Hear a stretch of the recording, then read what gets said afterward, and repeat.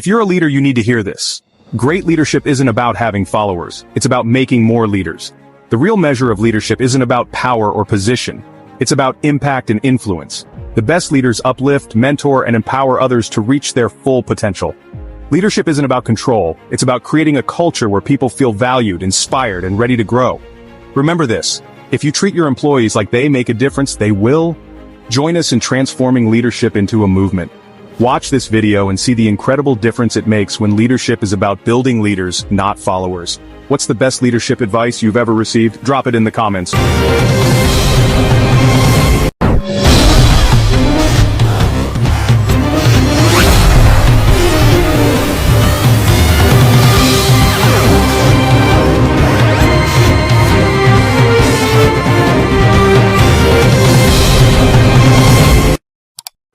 Welcome to Building Resilience. I'm Jose Pereira, your host. This is the place where true leaders are forged, where stories of adversity turn into lessons of strength, and where faith, courage, and resilience come alive. Each week we bring you voices that inspire, challenge, and equip you to lead with an unbreakable spirit. This is more than a podcast. It's a movement. And it begins right now. Thank you, everybody, here into my Building Resilience podcast. This is the podcast where we showcase stories, incredible stories that people have gone through things in life, but they have overcome and they rise. So I have here a wonderful guest, Toni Kaufman. We were talking before the recording, and she has incredible stories that I don't know how 20 minutes is going to be. We need to expand this, So with no more further ado, Toni, the mics are yours. Oh, thank you so much, Jose. It's my pleasure. I hear that. See, I just moved down to Padre Island, to South Padre. So I know you're still in Houston, which was my stomping ground since 1987. Yes. So I just moved in December. So yeah, I've decided that I hit 70. So I told my kids I was middle-aged and I'm going down to retire at the island. And Padre Island is beautiful. I love it. Oh my God, it's gorgeous. It's gorgeous. It's yeah. Beautiful. Yeah. Beautiful. That's been my happy place since I was a kid. I was born and raised in Mission, Texas. So that was a little town back down next to yeah. I always remember Mission because it's very near to Corpus Christi. So every time you were going 3 hours. Yeah.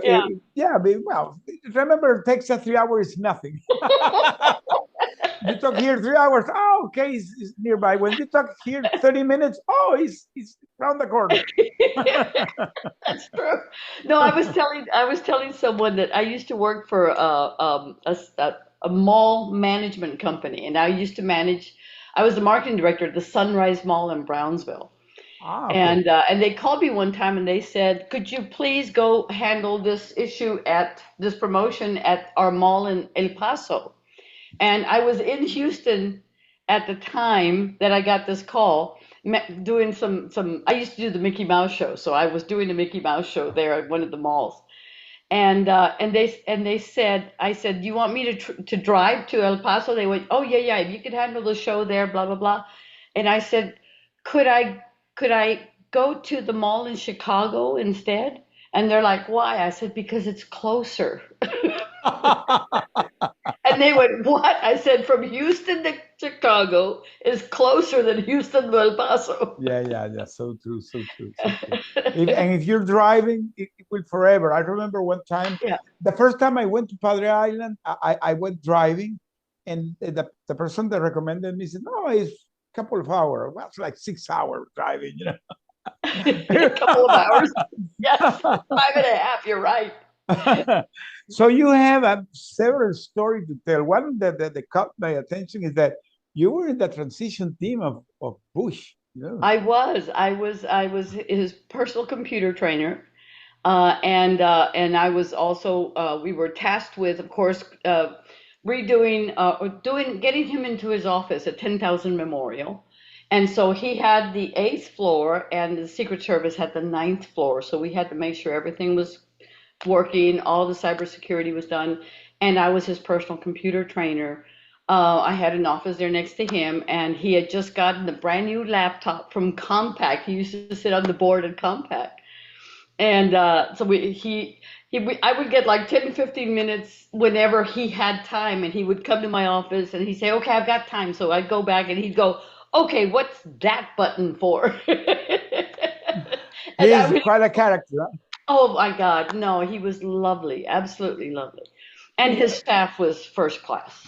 You Yeah. know, we have a story with him, not directly with him, but it's connected to him because when I was here in Citgo Petroleum, I was the CEO of Citgo Petroleum. Was a hard time that was having all these issues between Venezuela and the Yeah. U.S. and like happening today, same thing. And we had the Citgo sign in the Minute Maid. Right. And one day the manager of the Minute Maid came to talk with me and said, Mr. Pereira, I'm sorry to say that we're not going to renew the contract. And that sign had, I don't know, like 20 years, 20, Yeah. 30 years there. And I said, why? What happened? He said, well, with the tensions with Venezuela, and having the Citgo sign there could be a bad reputation. They said, but we don't have nothing to do with what it's doing. Say, don't try to convince me. This is Mr. Bush that made the recommendation. So when he told me that, I said, Oh boy, okay. yeah. Oh, and now that is the Oxy sign is there, Yeah. So we lost the sign because of the issue. Well, this is back when Drayden McLean was there, though, right? Yes. Yeah. And we were big supporter because Jose Altuve is Oh my Venezuelan, God, yes, I and love he's him. a great guy, and we were supporters of the Astros. So for us, and we had the Citgo location there. So we have a lot of things. So it's really Yeah. that was like touching, but it was a political decision. Yeah, and sometimes we have very little to do with it. But no, my time with the president was quite wonderful. And I will tell you a story if you'd like a little funny one. So Yeah. whenever you could always tell when the president was at the office because the two very stoic Secret Service people, with their head, they're standing by the door, right? And so it must have been 2.5 months that I had been going in and out, and they never say a word, and they're just always staring and making sure that you're not going to do something stupid. And so one day I left the president's desk and where I was teaching him, and then I came back out, and they were just again standing there. So I got real close to one, and I kind of rubbed his shoulder, and I said, I need to make a phone call. Can I borrow your shoe? And he looked at me. He looks down. He's like 6 foot tall, right? He looks down at me and he goes, my shoe's busy, but you can use my lapel.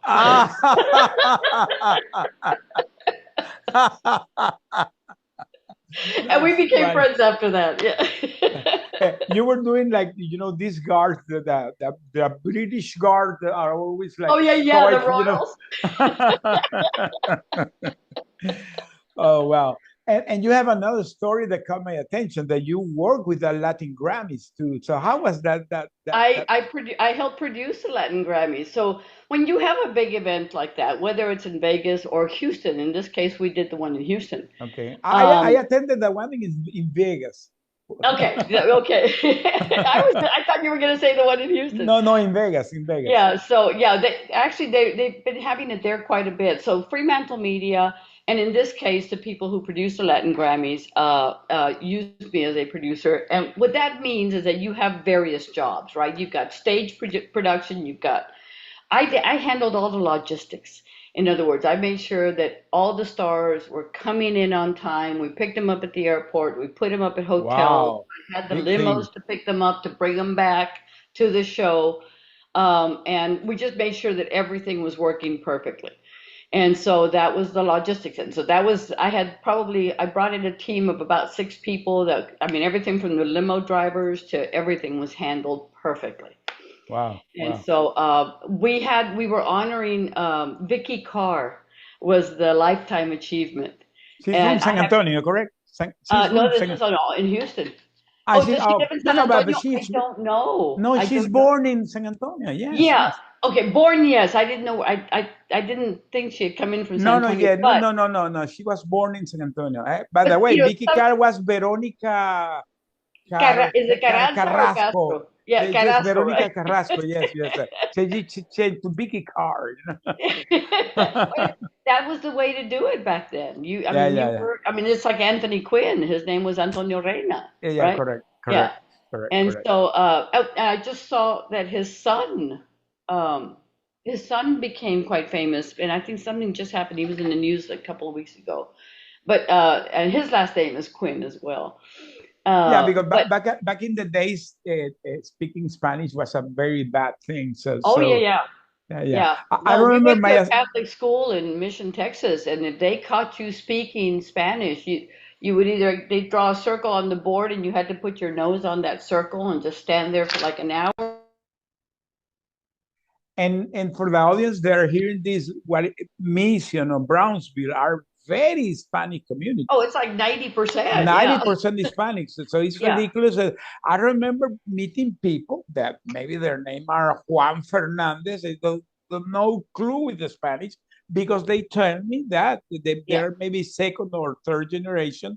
It was a bad thing to It was a speak bad Spanish. thing to learn. So But see, they my mom was born in Chihuahua, Mexico, okay. and she made sure that that whether or not it was allowed, she wanted to make sure that we spoke good Spanish, or we spoke that's Spanish good well, like better than I'm because speaking my English. but today is a plus, having the Spanish everywhere, even is a plus. And but you did also American Idol, so wow, that had to be something big for you. Well, Huh? I'll tell you what, have you, in Spanish, okay, so Fremantle Media has American Idol, Family Feud, America's Top Model, Cheaters. There was a lot of games that they had, but what people don't know is that the Fremantle Media Latin America has exactly the same things, but in Spanish. Correct. So Family Feud was ¿Qué dice la gente? ¿Qué dice la gente? I was in charge of finding the families from Texas to California.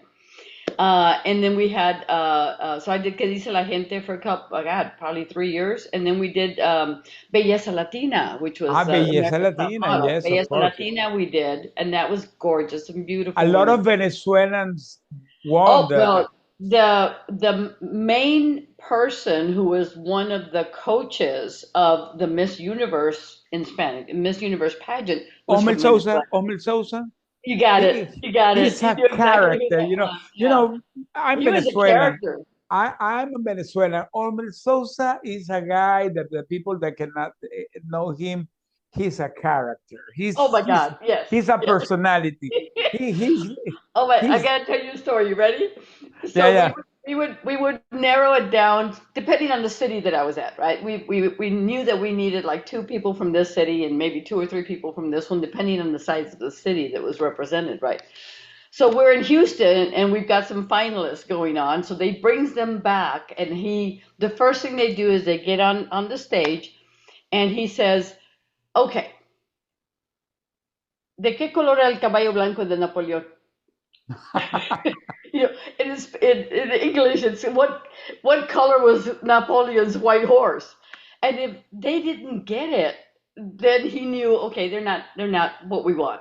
Right? But you know something, Omel Sosa, when he was in the Miss Venezuela, he won like I don't know how much contest, how much Miss Universe. Oh but yeah, he holds had the record. Eye. Oh yeah, when he saw a lady, not only physically, if she was prepared. Yes, that's why he would ask those questions. Yes. So and that I guy remember has we an had eye for a that. tie in Houston between 2 girls, and one of the and he came up and he says, "Okay, so if I send you to the sun in a spaceship, do you want to get there during the day or during the night?" Wow. And just dumb questions like that, but if they couldn't get it, they were out. Yeah. They weren't smart enough to understand that. But he would always come up with these questions, and you are right. Now, I do want to brag a little bit, may I? Yeah, of My course. aunt was Olga Llorens, and she was the first Miss Mexico that was allowed to compete in the Miss Universe pageant. Wow. Yeah, Wow. Well, I have a lot of stories with Miss Venezuela because, by the way, when I was in my hostage situation in Venezuela, one of my big friend that, unfortunately is still there. He's a political prisoner. Is Roland Carreño. Roland Carreño Oh was the my goodness. assistant of Mankowska. So Yeah. he did his career with of Mankowska. And Oh my we goodness. became friends. And by the way, he helped me to begin to write my book. When I was there, I did morning walks with Roland, and his story is sad because he was released 1 year ago, and his sister called me that she wanted Roland to be out Venezuela, but he Right. became very involved in the politics, and he was supporting this lady that was running for president, and well, all these issues that happened in Venezuela, and they recaptured him. He's now again in jail. Oh So, my, and he has more than 5 years. Five that's years. horrible, Jose. It's But I mean, that, horrible, and he's a wonderful person. So, and he was the assistant of Mendoza. You cannot imagine the stories that oh guy yeah. told me about the behind the scenes of the content. A lot of things, So you maybe have gone through that too. We have. I tell people you live long enough, you go through a lot of stuff. My daughter says, "Mommy, you drink." I drink wine. She says, "And when you drink, you know a lot of stuff." And tell me, what moves you today? What is your why today? What are you doing today? I've been having so much fun. But I'm just gonna get a little serious here. I was raised on 40 acres of DDT, of poison. So I'm the last survivor of my entire family. My mom, my dad, my sister, and my two brothers, and my husband, who was city manager of Mission. They're all gone. It's all been cancer. And so, and my big brother just passed in October. And what I've seen is two things. Number one, you can either let something that horrible and that horrific scar your soul and be upset, and even more upset that I think they offered us $300 for the life of the family, on the settlement. Well, while some attorneys are driving Lamborghinis, but you can either let something like that really get to you and scar and create the acid that will make more cancer, Oh yeah. or you can just let it go. Mhm. What my friend says, just let them, because I don't want to be in their shoes when they have to go to San Jose, right? Yeah, The yeah, pearly yeah, yeah, gates. yeah. That But always come to them. Always return. yeah, you have a choice to decide whether you want to be negative or positive. Mm. And to tell you the truth, Jose, every single time that I've been faced with something like that, um, I choose love. And I mean, even what this country's going through right now, you've got a choice. You can be terrible, you can be distraught, you can be torn up, I don't care who you voted for. Everybody in this country is affected right now by something. And it could be very easily, it could be negative. And we have a choice. Do you want to choose love and keep going and keep seeing the sun come up tomorrow? Mhm. Or are you going to choose to dwell in your own inner Mhm. darkness Mhm. and never move again? Yeah, yeah. I always say that you have a choice that Yeah, is very personal, yeah, and the decision is in you. If you want to go in the positive way or you yeah. want to go in the negative way. And we It, all have the same amount of time, and we all wake up every day and make that choice. yeah. So that's when you ask me, why do I do what I do? I, um, I want to see the good in people. I want to help the people that are trying to make, and that's what I love about the authors, speakers, healers, and coaches. So I'm in like 13 books right now, and I've only written one whole one by myself. And my goal is to hit 20 at the end of this year. But story after story, chapter after chapter, um, it's a little bit of your soul that you can put out. And the one thing that I've noticed about people that are in this industry is that they have a movement.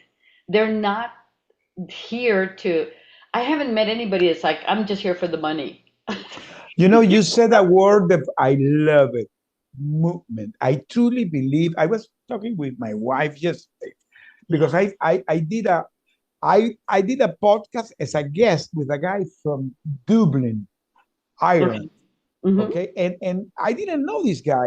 I didn't know even how he connected with me. I believe he sent me a message in Facebook. So when I see the schedule, I realized it was a podcast, and then I told him, "How you connected with me?" He said, "No, because I'm following you. I love what you do." And when we begin to talk, oh, we had a lot of things in common, and I finished that. And I told my wife, I don't know, but I'm looking like there is a big movement that is being created It in the is. world It's where a wave. people, that is a wave, the Yeah. people doing stunning things, but you know why? Not only doing for them, are doing to help others. Yes. And it's like a ripple effect that is being created because I'm now get connecting with people doing that every day. And one of the reasons I began to do this podcast was because of that. Because I got connected with a person I interview, and the pattern is always the same. I It's love like a it. movement. So, so, so, wow. Thanks It's for so saying true. that. It's so true because that's what I see when I hear people. There's two things that go to my mind. I either put on the producer hat and see them the way I feel that they need to be seen. So when I produce their podcast or when I produce their videos or when I create their program, I created a program called the Fractional COO. Oh, wow. So because a lot of people in this industry, they don't have 150, $160,000 a year to bring in a COO, but they do have maybe 2,000 a month. I can help them a little bit. And we can set up a 3-month plan, a 6-month plan. I don't want to sell my stuff here, but I do want to tell No, you no, that you can that's do it. how, No, you no, can do that's it. how I figured out how I can help more people. So I only have 5 clients a year, and I dedicate as much time as I can and my entire team of VAs. I've got VAs in Morelia and I've got VAs in Pakistan. So we Oh, follow wow. the sun. We follow the sun in Okay. support and service, right? And so what I do is I create it so that my job as a COO is to help that company, whoever it is, get to their first 100,000 as quickly as possible. It's guaranteed in a year, but sometimes we can do it in a lot less time than that. So, and that's the other thing that I wanted to recommend. You guys stop adding more services and more products and stop spinning. Make 100,000 out of one thing first and then add something. Yeah. Be focused. Try to be Yeah, be focused. focused, right? And so that's basically how I felt that I could start helping people, more people that have their movements and that they have their stories, and because everybody's got a great Oh, story, yeah, but definitely. I help them put that together, and I also help them deliver the presentation. And And where can the people find you? How can the uh, people find? Tony at standoutstars.com, or ToniKaufman.com. They're going to go get a free gift if they go there. Because I am, and I need to get you on some of these. We work on about 7 cruises a year. So the Oh, next one coming up that I'd love to invite everybody to is called the Social Media Mastery Cruise, oh, wow. happening in Maybe I'm October. gonna go to that. Oh my God, you are so perfect. But yeah, but they're all out of Miami.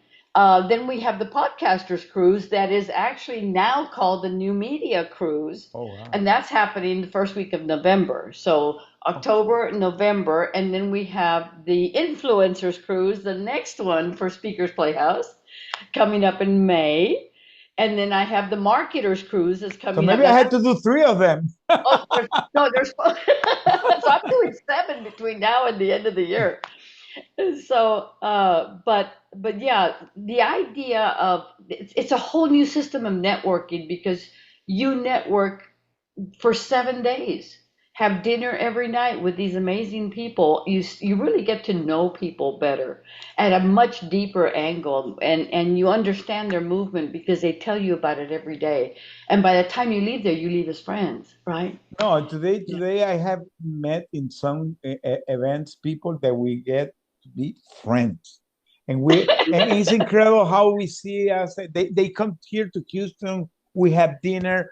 I attend their Oh event. yeah, They attend my event. So you become really friends. It's yeah. I incredible. want to know when these events are. I've got to go. I've got to go Oh, support yeah, you. I'm going to invite Yeah. you. Yeah, definitely. Well, we're coming to the end. So 1 minute to say something to the audience. You guys never give up. I'm an old Star Trek geeker. I like Star Wars, I like Star Trek, but my favorite movie is Galaxy Quest. So never give up, never surrender, and choose love. See this. Oh. Never give up. I had this when I was captured the first year. My wife sent this to me. I have like 7 years. That's never give up. Never give up. Jose, we've got to talk about your movie. I wanna do it. Yeah, maybe you're Okay. the missing piece. Because I've got a standing order for some good stories, so let's do it. Let's okay, play. okay. You guys heard it first here. Well, we're coming to the end. That was an incredible connection, Toni. Thank you for being here, and let's connect. Definitive, we have to talk more. Okay. Absolutely. God bless. Thank you, everybody that heard this show. That is wonderful. Hit the like button here in YouTube, and okay, for the next show. Bye. During I'm recording. Okay. Yeah, Okay. that's fine. Okay. Yeah, that's great. Right. So I think that the hybrid version will be always perfect. So you already have done webinars in the past. We do. We do. Yeah. That's our what is the title of sales the funnel. Okay, what type of webinar have you done? The one that is at the top of the sales funnel, you mean? We have one for CPAs, especially, and we have one for the first two type of clients Regina mentioned. Okay. I forgot the titles, so I won't tell you right now, but it's basically about the value of having a mentor on board and the results, And when you have done it, which frequency you have been doing it? Those ones we are scheduled to do every week, but what we really want to do is record it also as Evergreen. on demand. On demand, yeah. Yes. Because what we found, like Regina and myself, we are very impatient. Some people, they love live webinars. They need to meet and greet and feel that they're part of the group, and that's great too. That has its place. But what we found will work for us, if I want to do something, I want to see this on demand, and I'm going to make decisions now. I won't wait a week because I'll forget. I mean, I'll remember, but maybe I'm not in this capacity of taking action now. So there is a few types of people. So that's why one is scheduled to do it every week, and on top of that, but you're doing every week live, or you're doing recorded? We will be doing it every week live. We will be doing, because first we thought twice a week, but this is too much on us, time consuming. What we want to do, that's why we're replacing it with the on demand, so it will be recorded. And they can access this, and that's what it's still not finished. So this is, we're trying to finalize this this weekend. And we just snagged a new software that we're going to be using for it as well. So all right, so that kicked it back into a new software. What software are you using? It's called Meeten, MEETN. Meeten. I'm happy to send you a link for it if you'd like. But it's designed for sales conversations as opposed to team meetings. It's designed to help you close in the moment. And it's really, I think it's going to be really powerful. So if the people want to take that decision, they go directly to take them. There's actually, you can put your payment link right in it. They can click on the button, go right to the payment page while they're still in the webinar and make their payment. Oh, wow. They can go, you can have a form attached. If you need them to fill out a form, you can have that there, and they can go to it still in the webinar and fill out that form. So it's designed to be able to allow you to close in the webinar instead of saying, okay, book an appointment with me. You can still give them that option. but you can Regina, close. why don't you send Jose your link so he can take a look at that? Yeah, it's amazing. Yeah, we both purchased it. I'll send you that link, Jose. Okay, no problem. Right now they have a unique offer going on. It's well, let's see purchase. what they have. Yeah. Let him take a look at that. Yeah. First. Okay. So as a conclusion, so you see the merit that we do this like a webinar as an approach. I'm gonna send you the material that I have in a PDF, so you can take a look. Okay, that would be wonderful. Okay, so so we have to, maybe you have something. If you will see things, that is not rocket science. But what I did is I put my experience. Yeah. Because not only my previous experience, my experience that I went through when I was a hostage, because I always talk about that the things we did there.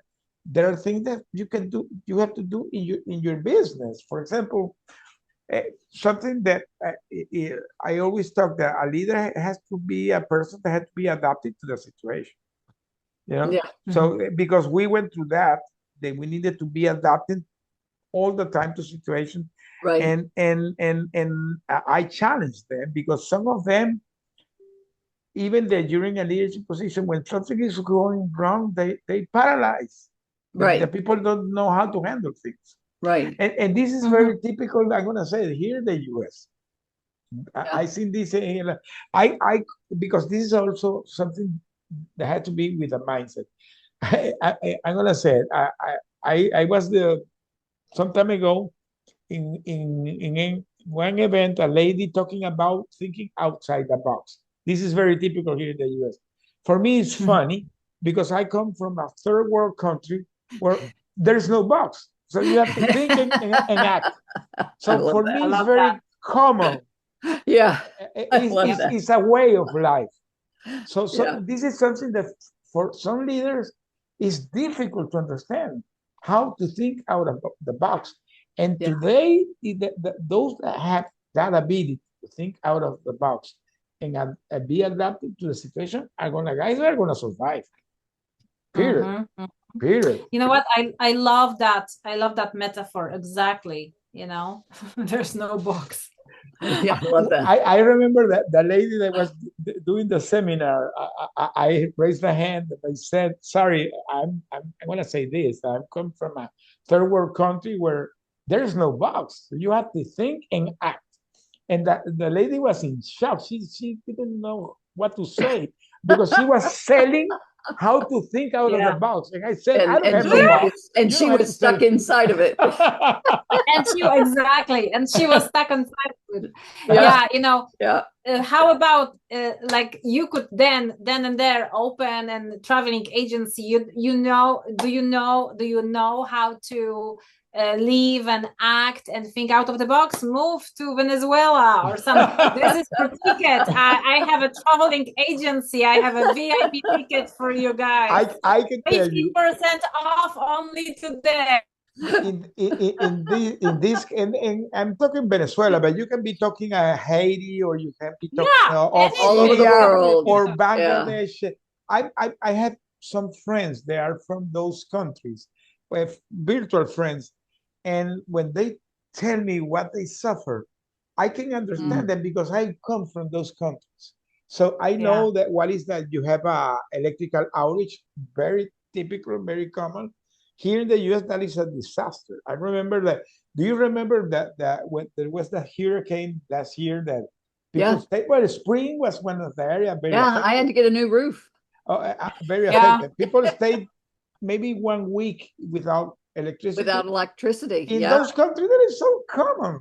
And here part of their life. The people are used to it. So that's great. What I'm trying to say that gives you some kind of advantage because you can tell things to people with really, really knowledge of it. You have gone through it. You're not reading something. Yeah. I saw a lot of people saying things that they had never lived. Yeah. Yeah. And one of the things that you should know about us, Jose, is that Asha and I have both run our own businesses beyond what we're doing today. I had a staffing firm for 12 and a half years. I had a bed and breakfast for 5 years. Asha's had numerous companies that she's owned and sold, built and sold, and and run. So we both come with experience. Different. Well, I always joke about this because when I was in the oil and gas before my hostage situation happened, I was thinking to get retired, and we put a franchise. My wife had 2 franchises.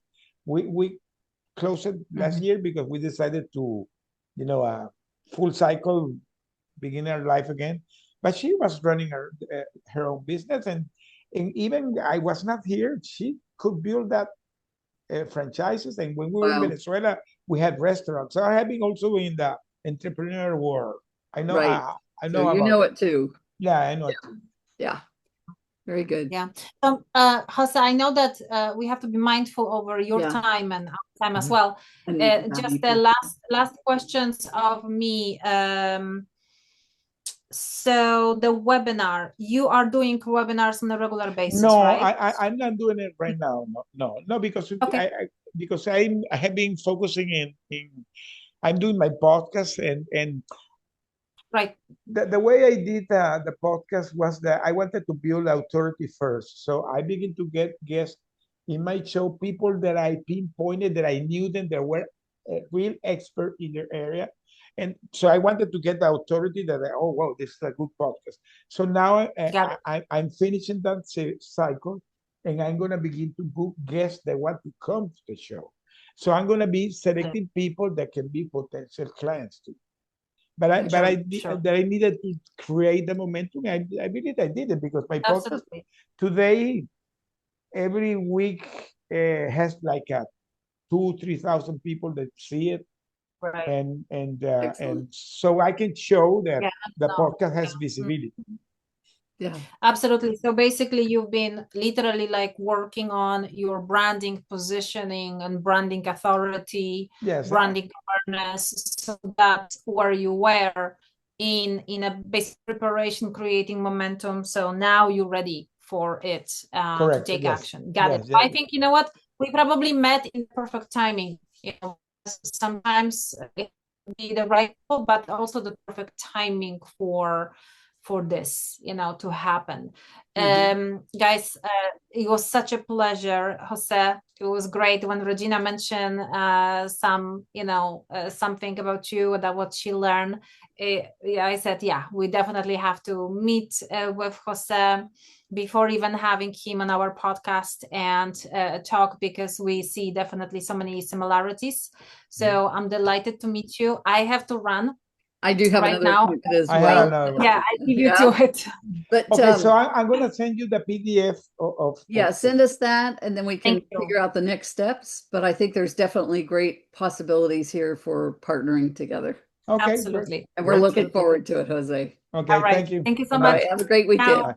Bye. You too.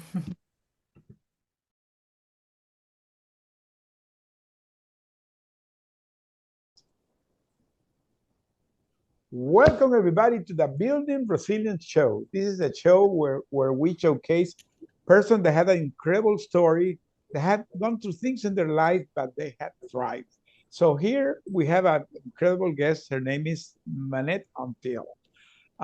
She's a mom, a grandmom. She's originally from Texas. I'm from Texas too, but she lived a long time in Los Angeles, and today she's in New York with her grandsons. So thank you, Manett, for being here. The mics are yours.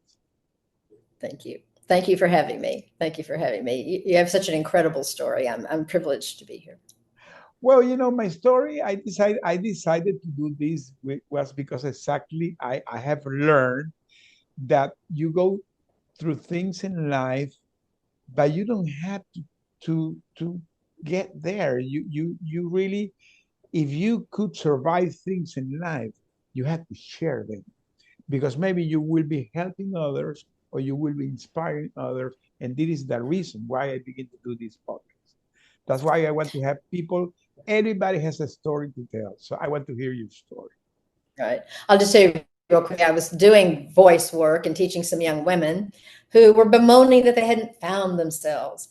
And they were in their 20s. And I said to them, I've got some bad news and good news. You consider you're not ever going to find yourself, but the good news is you're never going to find yourself.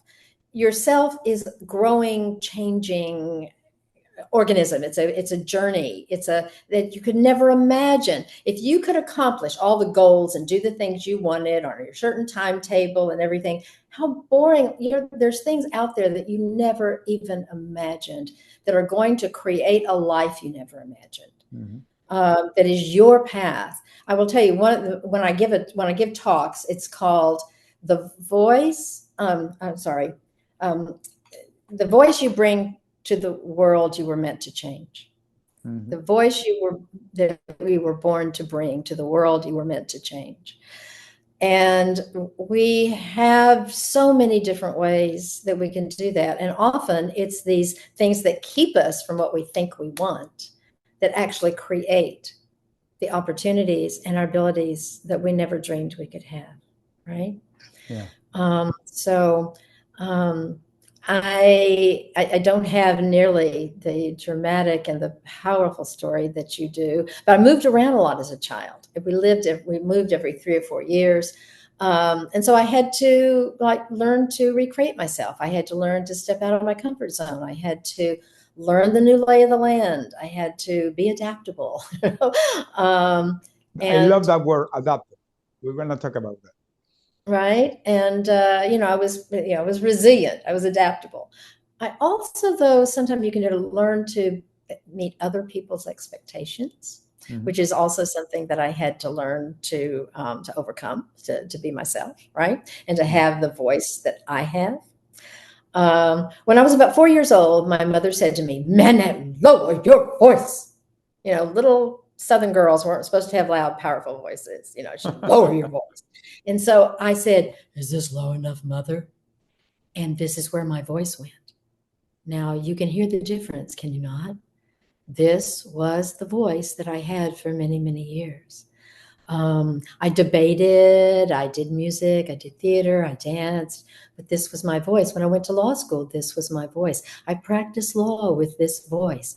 But when I went into work for corporations, I would be in meetings. I'm going to bring my voice back up. I would be in meetings and I would give an idea. And then a man would say almost the very same thing I just said. And I think that's what I just said. And so there was some misogyny, I think, around. But I learned after I went back to theater, after I left the law, that my voice hadn't served me, right? Because I'd kept it down here and I hadn't learned to make it the full, powerful, resonant voice that it had the capacity to be. Correct. So we often allow life to, in many ways, the way I do with my voice, we allow it to suppress. To silence your voice. We allow ourselves to be silenced, to be brought down, to protect ourselves. Mm-hmm. And so we don't want to access this voice. We don't want to access our feelings. And so it's a process that we have to learn to open up. And so what actors know is voice work, acting work is body work, because we have to open this body to the present. We have to open the power of who we are and have the strength to be vulnerable. That we don't any longer have to protect ourselves. We can open and connect and allow ourselves to be connected and feel with others. Because it's only that way that we become powerful, full, and effective communicators. Yeah. You mentioned several things that are interesting, by the way, that I talk always about that. You talk about the adaptability. You talk about the vulnerability, you talk about the resilience, and you talk about the connection. And all of that are connected. For me, what is your thought about the vulnerability? Because this is something that sometimes people make the mistake that if you are vulnerable, are like you're exposed. What do you think about that? So I don't know if you know the name Brene Brown. Oh, I was thinking in her, and she's from here from Houston. She's from here from Houston. Yeah, I was thinking with her. Right? Yeah, I love her, by the way. Right. She gives a whole talk on the power of vulnerability. I did a talk show talking about her because when I heard her speech and her books, it's so powerful. It's really powerful. Because when we're not vulnerable, we're protected. Mm-hmm. And when we're protected, we're shut down. When we're protected, we are keeping ourselves from that connection. Mm-hmm. We pull in our power, right? Mm-hmm. It's when we're willing to be vulnerable that we can actually be open and willing to take the steps and the action outside our comfort zone, outside of the place we're protected. We're able to actually reach in and touch others because we're open to that experience. There's where you get, and there's where the connection comes. You know, I always mention something because I did my career in the corporate world and with several cultures, working with several cultures. And one of the things that really always made connection was being human being. So I tell the people today, if you want to be a good leader, be human. And you know, sometimes people think that if you are like a autocrat leader, that can work. But that the real secret sauce is connecting with the people, being people. What do you think about that? I will tell you, one of the voice greats that I study, his name is Arthur Lessac. And he talks about yawn versus brawn, the power of breath and yawn and reach. Mm-hmm. When we reach, right? Mm-hmm. Then we have the strength. When we're here, and it's even when I tell people, like, if you do like this and you stretch, there's tension here, there's tension here, you know, the strength, the brawn. But when you open and reach, right? You actually have a further reach. You have an opening. There's a strength that comes from the release, right? And it's when we brace that we lose power because it's protective, right? Wow. How was that combination? Because I'm thinking, a lawyer and attorney normally is, you know, factual, you know, and then but there is the artist in yourself. So how you make that combination? How, you know? Well, I will tell you, I did leave the law because I felt it limited me. And, you know, one of the things, it's called an adversary system because it's a kind of a constant battle. Mm-hmm. And there are ways in which different people practice law, but there are ways in which to come to a solution, to come together to deal with a problem can be so much more effective than saying it has to be my way, right? Mm-hmm. And that was actually more the case when I was practicing law. There are, you know, dispute resolution and things like that try to lead people into these joint journeys to find solutions as opposed to the fighting. But also, particularly if you're a trial lawyer, you have to connect with that jury. You have to be able to tell a story that touches their hearts. You can't just come through this. There's where the artist comes when you're trying to connect with them. Right. And in the same way with a negotiation, if you come slamming into people, they're going to resist you. Right. Yeah. Unless there's a little bit of this open mutual work and ability to open to someone else's ideas. You come in with your own, but if you can open to someone else's ideas, you can create an opportunity that they may be more open to yours. Right. There is something that I always ask to the people that I interview is, how is the faith in your world? How has been the faith part of your journey? I will tell you that even from being a very young child, I've been a seeker in faith. Okay. I will share with you that it's not always been an easy journey. Mm-hmm. I'm someone that asks questions. Mm-hmm. I'm someone who, I wouldn't say is skeptical, but who wants to understand. And often when we respond to children and teach them about faith in the same way, it's like, this is it. It's got to be like this. And we need to know that each person's journey and path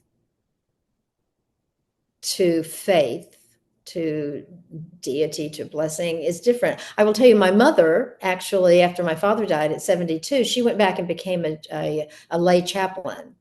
Oh, wow. Whether she was a businesswoman, she became a lay chaplain.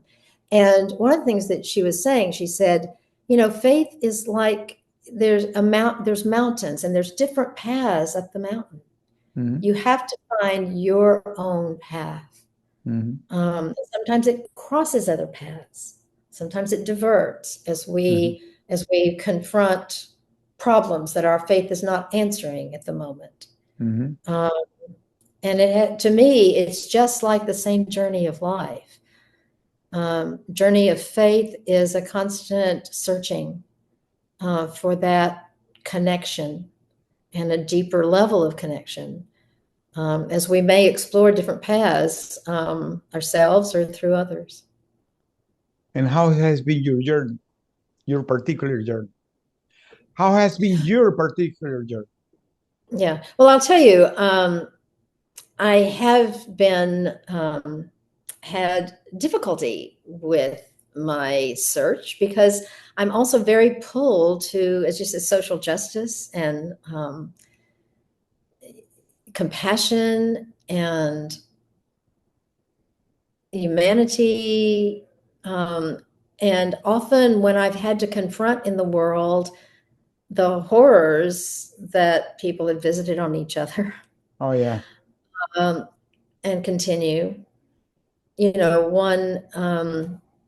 I'm Jewish, and you sometimes ask how, right? Can a loving deity, a loving God allow this, right? And so at various times of my life, that's been a real problem. That's been a confrontation that's been difficult for me to answer. And so I, just like any other confrontation that I've had to work through in my life in terms of opening doors to understanding, accepting different paths, acknowledging that I don't have the answer, that I've learned that I may never have the answer. Oh, yeah. That is a journey. And that's part of my journey is coping with the questions, coping with the doubts.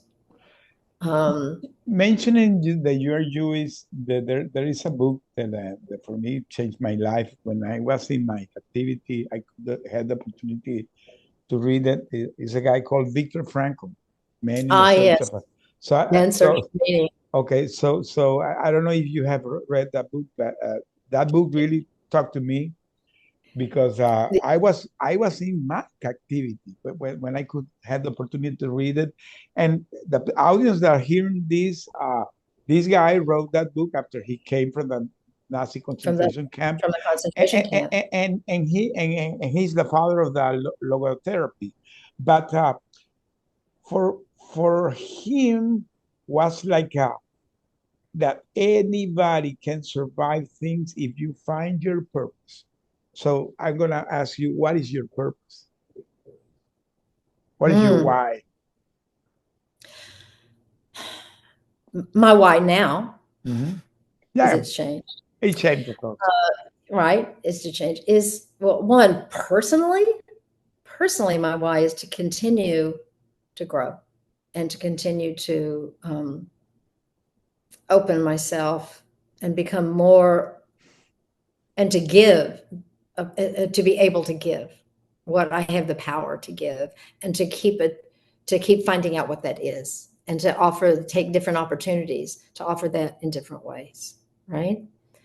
I lost my train of thought there for a minute because I think my purpose is to create and empower others to create the change that they can bring, to do the transformation, to bring the transformation, the messages, the insights that they can bring. And I do that by helping them develop their voice, so that the way I serve my purpose to create change, which I try to do with my own communication, is to enable others to have the full power of not just the sound of their voice, but their connection to their own voice and purpose, which they find through actually opening their body and their whole mind and being, is to create in the world others that can bring the transformation that they are here to bring.